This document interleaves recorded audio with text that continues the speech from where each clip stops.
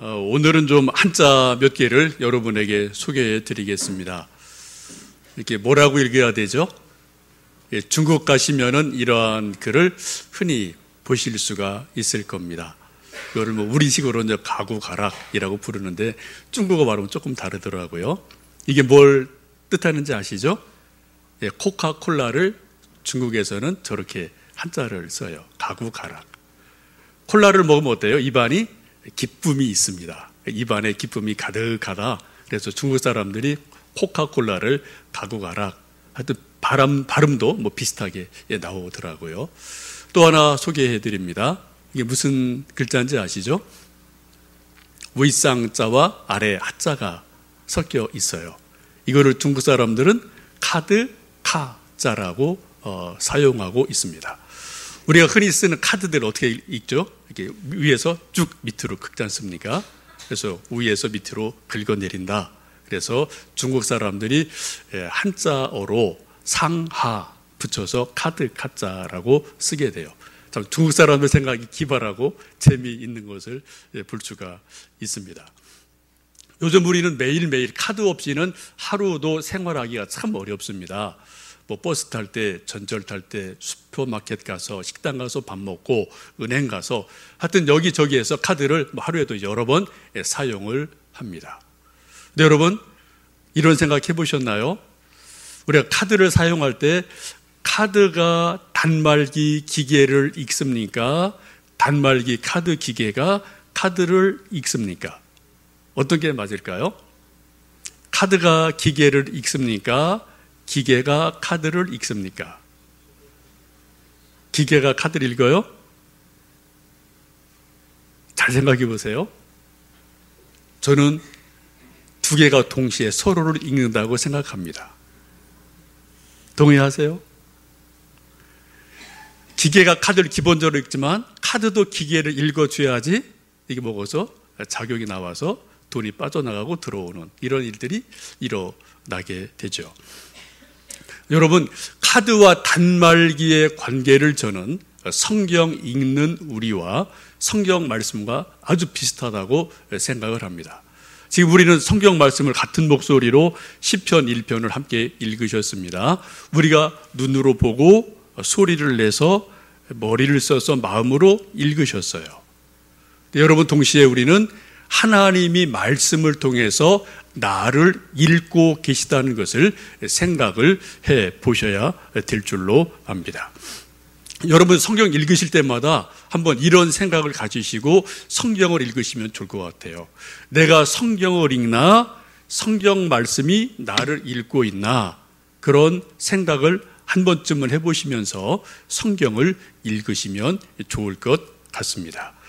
지금 우리가 읽고 있는 시편 1편은 시편 150편 전체 가운데서 가장 앞에 있는 1편입니다. 1번째로 읽게 되죠. 시편 150편에는 엄청나게 많은 하나님의 말씀의 보물들이 여기저기에 숨겨져 있어요. 이 엄청난 하나님의 보물들을 우리가 캐 들어가고 알기 위해서는 시편 1편을 통과하지 않고는 결코 알 수가 없습니다. 우리 어떤 큰 저택에 들어갔을 때, 궁궐에 들어갈 때 현관문을 들어가지 않고는 그 다음 정원을 구경할 수가 없습니다. 그 다음 이런저런 자그마한 방들 우리가 구경할 수가 없습니다. 기본적으로 현관문을 열고 들어가야지 그 다음에 정원을 보고 방을 보고 이것저것을 볼 수가 있게 됩니다. 똑같습니다. 그러니까 시편 1편을 올바르게 이해하지 않고는, 시편 1편을 믿지 않고는 우리가 그 다음에 있는 2편, 3편, 23편, 150편 성경 말씀을 제대로 알 수가 없어요. 알아도 부분적으로 잘못 알 수가 있습니다. 왜요? 현관을 들어가지 않았기 때문에 그렇습니다. 그만큼 시편 1편이 아주 중요하고 마치 마스터 키와 같고 시편 150편 전체를 열고 해석하게 하는 마스터 키다, 현관이다 라고 생각하시면서 시편 1편 말씀을 깊이 묵상해 보시면 좋겠습니다. 여러분, 시편 1편에 처음 시작하는 말씀이 무엇입니까? 복 있는 사람은 이에요. 시편에서는 그게 사람을 두 종류로 말합니다. 한 종류 사람은 복 있는 사람이 있다. 한 종류 사람은 복 없는 사람이 있다. 이게 시편의 결론입니다. 우리 시편 1편에 보시면 처음 시작이 복 있는 사람은 이라고 말씀을 시작하고 있습니다. 우리는 복을 생각할 때 크게 두 가지 기준을 생각하죠. 하나는 이 세상에서 저건 복이야. 저 사람 복 많았어. 복 많이 받았어. 라고 복하는 세상의 기준이 다 있어요. 우리 저도 동의하고 여러분도 동의하는 다 세상에 복이 있습니다. 근데 성경을 보시면요. 복은 또 하늘의 복이 있다. 하나님이 말씀하는 복이 있다라고 분명히 말씀을 합니다. 그리고 늘 두 가지를 같이 견주어 보셔야 되고 두 가지 조화를 이루셔야 되고 정말 하나님 원하시는 복이 뭘까? 이거를 우리가 깊이 묵상하셔야 될 줄로 압니다. 제가 지금 계속해서 올해 구약을 쭉 우리가 함께 읽으면서 드리는 말씀은 구약에 나타난 복이 도대체 뭘까? 복이라는 것을 중심으로 제가 계속해서 이렇게 저렇게 말씀을 계속 드리고 있습니다. 오늘 시편 1편 말씀을 보시면 구약 성경에서 하나님이 복이 뭐냐라고 말씀하신 부분을 아주 명확하게 개념을 정의하고 계십니다. 여러분 성경 말씀이 하나님 말씀임을 믿으신다면 시편 1편에서 말씀하는 이게 복이구나. 이걸 깊이 여러분 묵상을 해 보셔야 될 줄 압니다. 성경이 말씀하는 복이 뭐냐? 두 가지예요. 하나는 무엇을 하지 않는 게 복입니다. 두 번째는 적극적으로 무엇을 열심히 하는 게 복이에요. 하지 않을 것은 하지 않고 할 것은 하는 것, 이게 성경은 복이라고 분명히 말씀합니다. 일반적으로 우리 세상에서 말하기를 건강은 복이죠. 병은 복 아닙니다. 넉넉한 부유는 복입니다. 가난은 복이 아니에요. 이게 일반적인 복이죠. 마찬가지로 성경에서는 무엇을 하는 것이 복이고 무엇을 안 하는 것도 정말 복이다라고 성경은 말씀을 합니다. 여러분 안 하는 것이 복이다라고 말씀해요.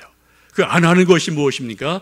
1절 말씀 보시면은 악인의 꾀를 따르지 않는 것, 죄인의 길에 서지 않는 것, 오만한 자의 자리에 앉지 않는 것, 이것이 바로 복이다라고 성경은 말씀을 하고 있습니다. 아닌 것을 아닙니다. 노할 때 노라고 말하는 게 복이라는 거예요. 우리 많은 사람들이 그건 아닙니다. 그건 노라고 말할 때 노를 못해서 우물쭈물하다가 아주 큰 곤욕을 치르고 어디 사건에 휘말려 들어가고 어려운 일을 당하는 일들이 지금도 세상에서 많이 있거든요. 원래 성경 말씀하기를 아닌 것은 아니다. 노를 노라고 말하는 것이 복이다라고 성경은 말씀하고 있습니다. 악인들은 되게 달콤한 말을 합니다. 말할 때 거기다 감미료를 많이 넣거든요. 그래서 사람들 들으면 솔깃해요. 그럴듯해요. 정말 좋을 것 같아요. 나한테 도움이 될 것 같아요. 달콤하니까 귀가 솔깃하니까 넘어가서 나중에 큰 낭패를 보죠. 우리나라 저쪽 밑에 가면 통영이라는 인구 14만의 자그마한 도시 있습니다. 신문에 났던 거죠. 어떤 외지인 한 여인이 통영에 내려가서 몇 년간 이렇게 저렇게 하다가 14만밖에 되지 않는 작은 도시에서 100억을 사기치고 도망간 일이 얼마 전에 있었어요. 여러분 사기는 우리가 다 알아요. 근데 막상 그때 딱 되면 우리가 그걸 몰라요. 그래서 왜요? 내 귀에 솔깃하거든요. 좀 달콤한 말이거든요. 그리고 얼마 주면은 선이자 얼마 줄게 해서 다 주고, 또 내가 한국은행 총재랑 수시로 전화하는 사람이야. 또 역삼동 지점장 내 친구야. 이렇게 막 전혀 알지도 못하는 사람 이름 팔아서 이렇게 저렇게 해서 한 100억을 사기치고 도망간 그러한 일이 있었습니다. 우리가 성경 말씀 창세기 읽다 보시면은 여러분 에덴 동산에서의 되어진 일을 잘 압니다. 이브가 등장하고 또 아담이 있고 뱀이 등장을 해요. 근데 하나님께서 선악을 알게 하는 나무와 또 생명나무를 드셨습니다. 근데 참 인간이 묘하죠. 이브가 선악과를 보면서 어떻게 해요? 보암직도 하고 먹음직도 하고 지혜롭게 할 만큼 탐스럽구나. 그런 나무를 보고 생각하는 동안에 입에 입맛이 싹 돕니다. 입에 침이 가득 고이게 돼요. 바로 그때 누가 등장을 합니까? 사탄이 딱 등장을 해요. 한마디에 딱 던집니다. 저것을 먹으면 너도 하나님같이 된단다. 그 한마디에 이브가 홀딱 넘어가게 돼요. 이때 이브가 노라고 말해야 됐어요. 그죠? 아니 라고 말해야 됐는데 이미 자기 입에 침이 가득 고여 있거든요. 그래서 그 말 듣고 그대로 쏙 넘어가서 선악과를 따먹게 되고 우리가 그의 후손이 되어서 지금 이렇게 살아가고 있습니다. 여러분, 오늘 성경 말씀을 보시면 복 있는 사람이 뭐냐? 노할 때 노할 줄 아는 사람이 복이 있다. 악인의 꾀를 따르지 않는 것이 복이라고 그래요. 악인의 꾀를 따른다는 건 뭡니까? 내가 그 생각에 동의한다는 거예요. 동조한다는 겁니다. 귀를 빌려주는 거죠. 그럼 점점 어떻게 해야 돼요? 그와 함께 걷게 돼요. 한참 걸으면서 이러고 저러고 얘기를 합니다. 한참 걷다 보면 다리가 아파요. 그럼 어떻게 해요? 앉아야 돼요. 그래, 교만한 자와 오만한 자와 함께 자리에 앉아서 눌러 앉게 됩니다. 여기가 조사원이라고 그냥 눌러 앉아서 계속 그렇게 가는 거예요. 오늘 성경은 그것을 죄다, 복 있는 것이 아니다라고 성경은 말씀합니다. 꾀를 따르고 길에 서고 점점점 깊이 들어가서 자리에 같이 앉아버리는 것. 여러분, 우리 말로 치면은 물이 발목까지 차올랐습니다. 그 다음에 무릎까지 올라갔어요. 그 다음에 가슴까지 갔어요. 목까지 갔어요. 그럼 빨리 나와야 돼요. 하다 그대로 그냥 쭉 들어가서 물에 완전히 잠긴 일들이 우리가 살다 보면은 있다라는 거죠. 우리가 아이들을 키우다 보면은 별의 별일을 다 경험합니다. 여러분, 아이들을 여럿 키워보신 분들은 정말 이런 일, 저런 일, 별일을 다 경험을 합니다. 제가 오래전에 전 교회에 있을 때 어느 날 갑자기 강남 경찰서에서 따라랑 전화가 왔어요. 난 모르는 전화인데 하여튼 전화 받았더니 강남 경찰서 누구입니다. 누구 아버지 되시죠? 네. 그랬더니 지금 빨리 좀 경찰서로 오셔야 되겠습니다. 심쿵 가슴이 그냥 뚝 떨어졌어요. 이게 무슨 일인가? 이게 큰 사건이 있구나. 그래서 하여튼 빨리 할 일 정리하고 급하게 경찰서를 달려갔어요. 달려갔더니 거기 형사 몇 분이 쭉 있고 거기 중딩 애들이 몇 명 이렇게 쭈그리고 이렇게 앉아 있더라고요. 그래서 제가 애를 보니까 완전히 소위 얼어붙어 갖고 그냥 바짝 긴장해서 그냥 이렇게 하고 있고요. 그래서 제가 한두 마디 무슨 일이니? 그래도 애가 그냥 얼어갖고 말도 제대로 못하고. 저도 이제 궁금해서 이제 형사에게 물어봤죠. 이게 무슨 일입니까? 그랬더니 그 형사가 하는 말이 집단 폭행에도 가담을 해서 지금 이게 형사 사건이 됐다. 지금 마진의 부모가 이게 좀 문제를 일으켜서 이 문제가 좀 심각하게 됐다. 그런 얘기를 하는 겁니다. 근데 제가 제 아이들 알잖아요. 되게 마음이 여린 애거든요. 파리 한 마리만 웽 날아다녀도 이거 무서워하고 도망다니는 애인데 그런 애가 사람을 때리고 이렇게 그럴 배짱이 없는 걸 제가 잘 알거든요. 근데 그럴 애가 아닌데 어쨌든 지금 경찰서에 여러 명 같이 붙들려 와서 그냥 탁 고개 숙이고 벌벌 떨고 있고 형사가 좀 막 취조를 하고 이러고저러고 막 이런 일을 하는 것을 보게 됐어요. 그래 애한테 물어봐도 애가 답변 못하고 우물쭈물하고요. 그래 나중에 이제 형사한테 이제 물어보고 도대체 어떻게 된 겁니까? 라고 물어봤더니 형사 말이 그런 거예요. 어느 날 학교에서 이제 이렇게 쭉 아이들이 이제 수업하고 놀고 점심 보고 이렇게 하는데 그 반에서 어디 시비가 붙었어요. 그렇게 흔히 있을 수 있는 일이죠. 근데 덩치 크고 아주 터프한 애가 좀 자그맣고 힘이 없는 한 애를 이렇게 좀 여러 가지 이제 시비가 붙어서 좀 때리게 됐고, 야, 너 옥상으로 올라와! 그래서 옥상으로 끌고 간 거예요. 주변에 있던 많은 애들이 그냥 우르르 해서 올라가서 같이 구경을 한 겁니다. 여러분, 이런 상황 좀 상상이 되시죠? 흔히 있을 수 있는 일이죠. 애들이 한 10대 명 이렇게 쭉 옥상에 서서 웅성거리게 구경하고 있고, 한 녀석을 그냥 막 마구 때려서 아주 많이 다치고 상한 그러한 일이 있었어요. 근데 이것이 이제 문제가 돼서 이 맞은 학생의 부모가 형사사건으로 고발을 했고, 때리는 당연히 먼저 불려갔고, 거기 같이 서 있던 아이들도 같이 공범이다 라고 해서 다 불려오고 잡혀온 겁니다.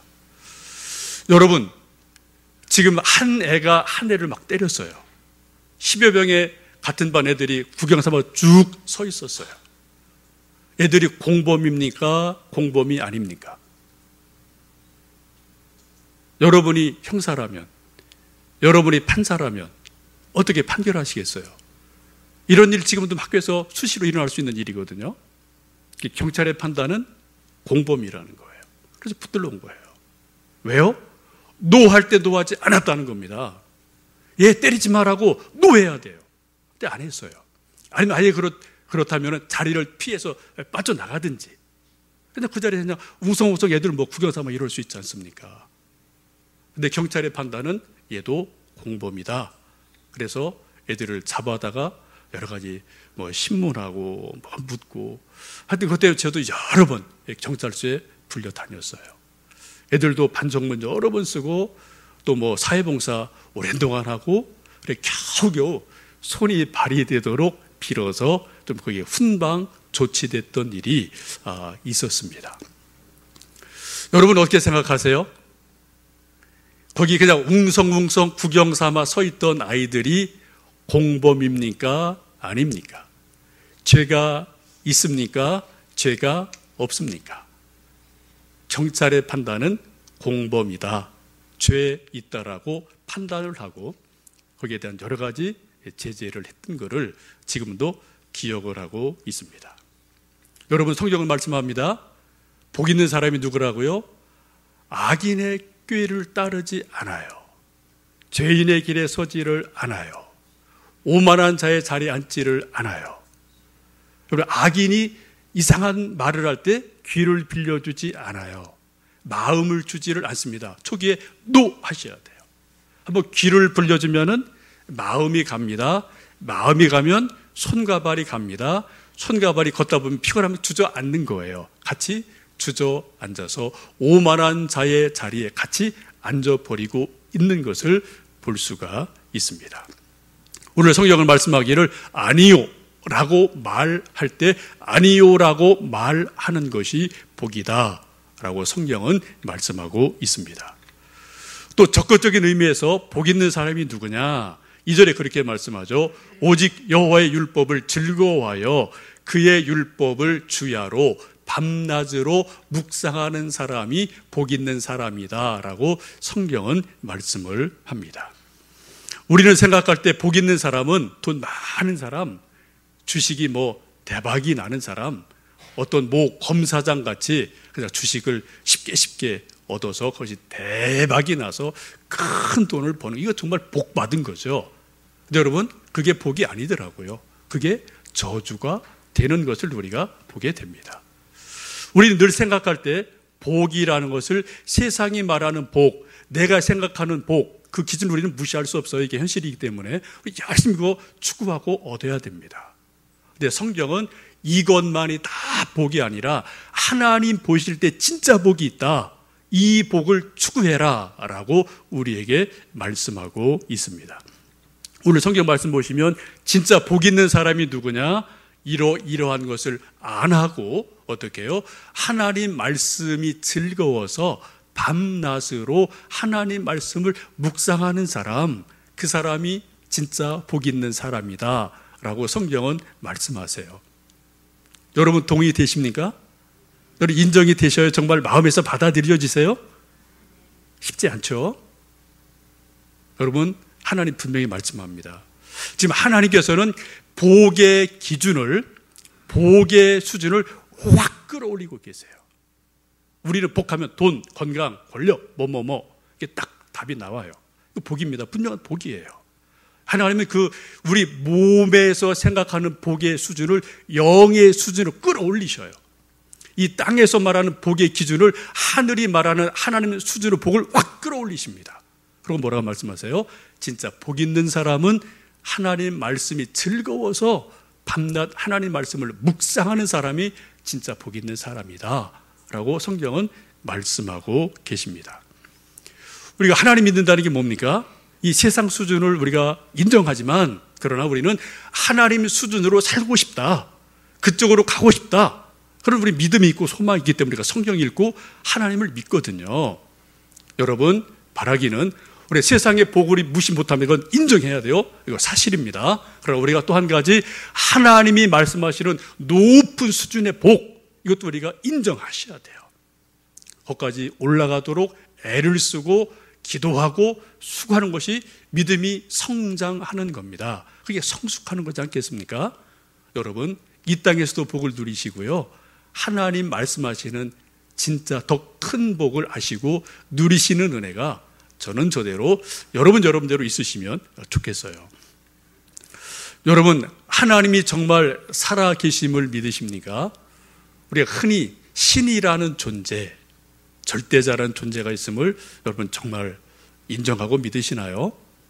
이 세상은 피조된 세상이기에 세상 어딘가, 경전 어디엔가 소위 신이라는 존재를 뭔가 기록하고는 남겨놓은 흔적들이 분명히 있거든요. 세상에서 소위 하나님, 신을 인격신으로 말하는 종교는 딱 세 가지입니다. 유대교, 기독교, 이슬람이에요. 다 구약을 모태로 하고 있습니다. 근데 조금 관점이 다르고 표현이 조금 좀 다르죠. 근데 우리가 믿고 아는 것처럼 하나님을 인격적인 신으로 바르게 가르쳐 주는 것은 성경밖에 없습니다. 기독교밖에 없어요. 우리가 그 하나님을 믿고 우리는 성경을 통해서 그 하나님을 알고 믿고 지금도 그렇게 따라가고 있음을 알고 있습니다.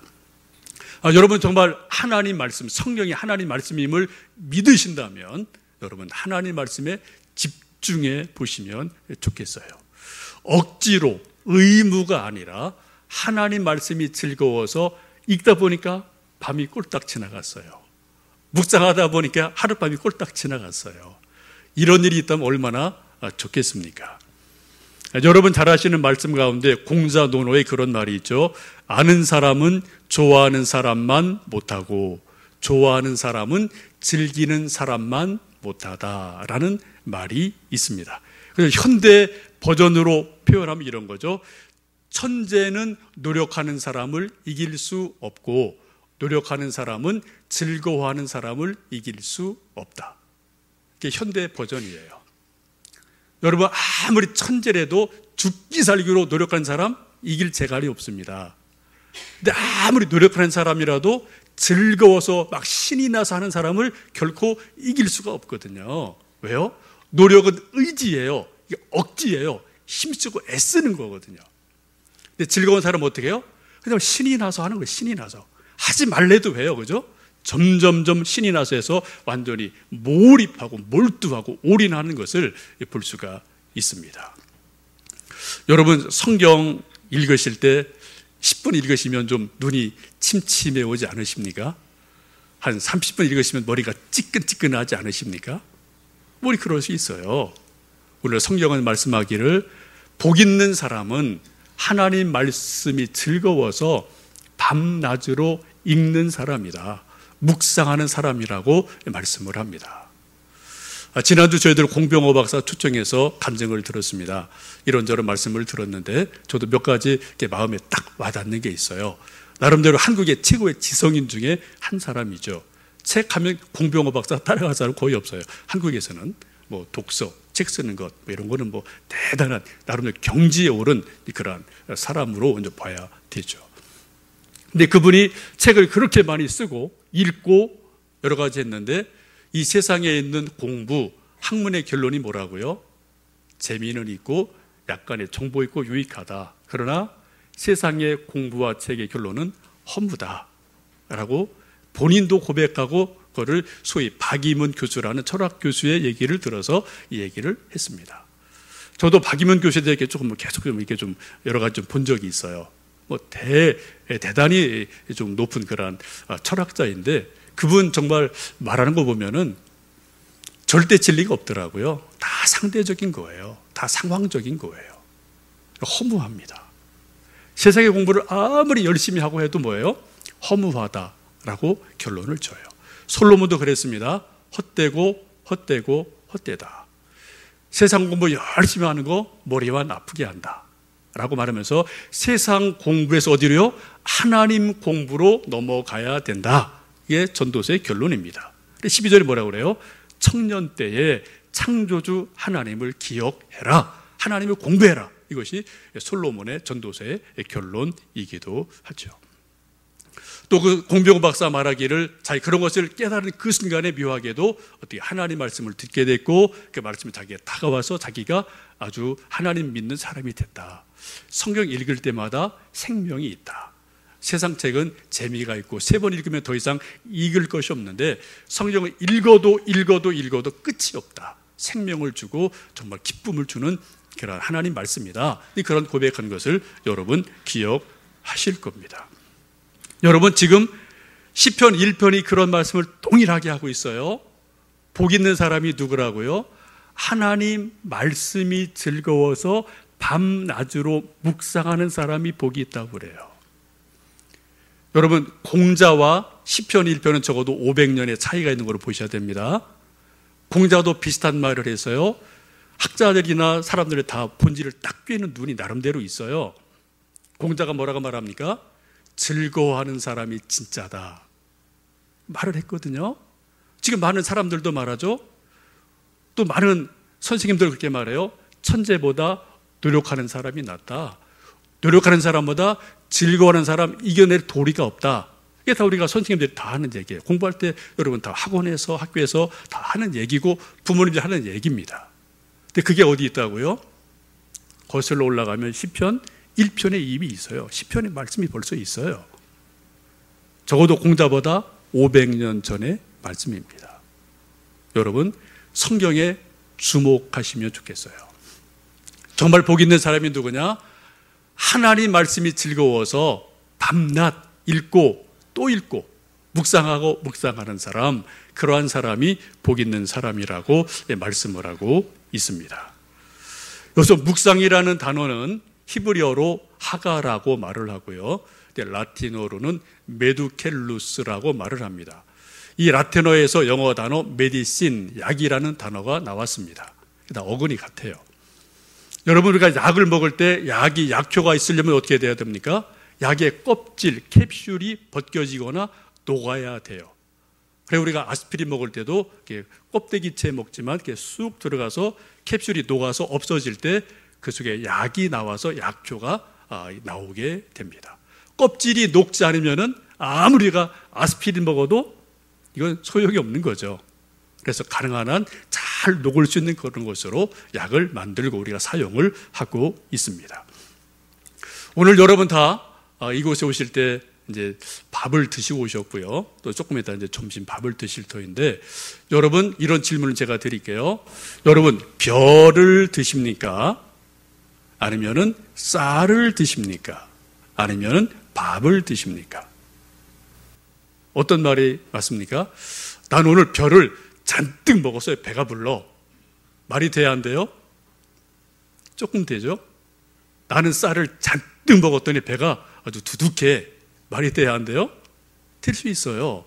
근데 우리는 그렇게 말하지 않습니다. 왜요? 우리는 소처럼 단단한 이를 가지고 있지 않습니다. 소처럼 아주 단단한 위를 가지고 있지 않기 때문에 별을 그대로 먹을 수도 없고 소화할 수도 없어요. 그래 어쩔 수 없이 별을 쌀로 만들고 쌀을 밥으로 만들어서 우리는 사실은 별을 먹는 거예요. 그런데 그 먹는 과정에 몇 가지 과정을 거쳐서 별을 쌀로 쌀을 밥으로 만들어서 밥을 먹고요. 결국은 별을 먹는 거예요. 그게 다 뭐 이렇게 계속해서 연결되어 있기도 합니다. 여러분 요즘은 아주 좋은 시절이어서 밥을 코끼리가 대신 다 해줍니다. 쿠쿠가 대신 다 해줘요. 옛날에는 사람이 직접 불을 떼서 했던 시절이 있었습니다.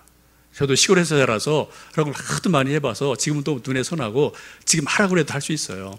할머니가 이제 무쇠솥에 쌀보리 넣고 물 넣고 이만큼 이제 차면은 뚜껑 닫고 놀고 있는 저를 불러요. 경룡아 부르면 제가 이제 달려가서 불 떼라 그러면 이제 불을 이제 막 떼죠. 아궁이에다 불을 막 떼요. 열심히 한 10여 분 정도 지나면은 이렇게 무럭 하고 이게 끓어요. 그럼 이제 숯뚜껑이 어떤 때는 미끄러질 때도 있고 또 이제 이렇게 좀 열어줘야 되죠.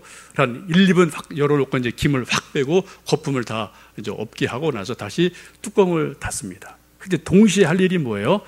아궁에서 막 활활 타고 있던 불을 싹 끄집어내서 부직갱이로 다다다닥 두드려줘서 한 3분의 1 정도 불로 딱 죽여줘야 돼요. 불이 세면은 어떻게 됩니까? 불이 세면은 타버리거든요. 3층 밥이 되거나 30밥이 되거나 밥이 잘못되거든요. 여러분 3층 밥 여러분 아실 거예요. 밑에는 새까만 누룽지, 가운데는 적당한 밥, 위에는 그냥 생쌀 이런 거 있는데 밥을 잘 만드는 비결이 어디 있습니까? 뜸 들이는 데 있어요. 다른 데 있잖아요. 뜸을 어떻게 들이느냐 여기에 따라서 정말 좋은 밥이 되고 아니면 3층 밥이 되기도 합니다. 여러분 우리가 성경을 읽는 것은 비유한다면 마치 별을 보는 것과 같습니다. 우리는 성경 글씨를 읽습니다. 우리가 별을 많이 모아야 돼요. 성경을 많이 읽으셔야 돼요. 정독해서 읽으셔야 돼요. 대충 읽지 마시고 집중해서 성경을 읽으셔야 돼요. 이게 벼 단계입니다. 두 번째가 별을 조금 먹을 수 있는 단계로 만들려면 쌀로 만드셔야 돼요. 쌀을 만들려면 껍데기를 벗겨내야 되죠. 이 껍질, 이 글씨라는 껍질을 벗겨내고 그것이 의미하는 바가 뭐냐 그 뜻을 찾아가셔야 돼요. 의미를 알아가셔야 돼요. 이것이 성경 공부하는 시간입니다.